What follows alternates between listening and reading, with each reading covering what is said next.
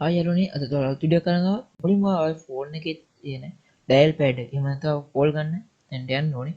මම මේ විදිහට යනවා ටස් වට contact list එක මේ විදිහට පේනවා. මේ විදිහට contact list එක උඩ ක්ලික් කරලා මේ වලට පේන ඇති my friends කියන නම්බර් එක.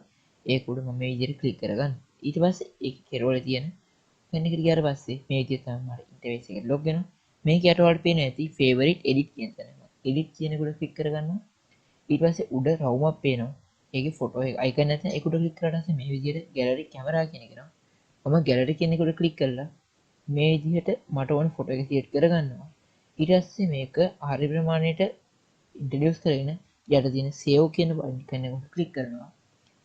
ඊට පස්සේ ඔයාලට පේන ඇති මේ විදිහට DP එක මම ෆෝන් එකෙන් මම මේ විදිහට යට කෝල් එකක් ගන්න වෙලාවක පේන්නේ මේ විදිහට මම වට කෝල් එක කරන් පෙන්නන්න my friend කියන නම්බරේ මම මේ විදිහට කෝල් එක ගන්නවා. ඒ වෙලාවේ මෙන්න මේ විදිහට තමයි කෝල් එක යන්නේ. එතකොට මට ඒ දාපු අයිකන් එක මේ විදිහට පෙන්වනවා. ඒ වගේම මම මේ කට් කරලා එයාගේ මට කෝල් එකක් එද්දි කොහොමද එන්නේ කියන එක පෙන්වන්න යාළුවනේ. මේ විදිහට එයාගේ මට කෝල් එකක් එනවනම් මට කෝල් එකක් එන්නේ මෙන්න මේ විදිහට එයාගේ අයිකන් එකත් එක්ක.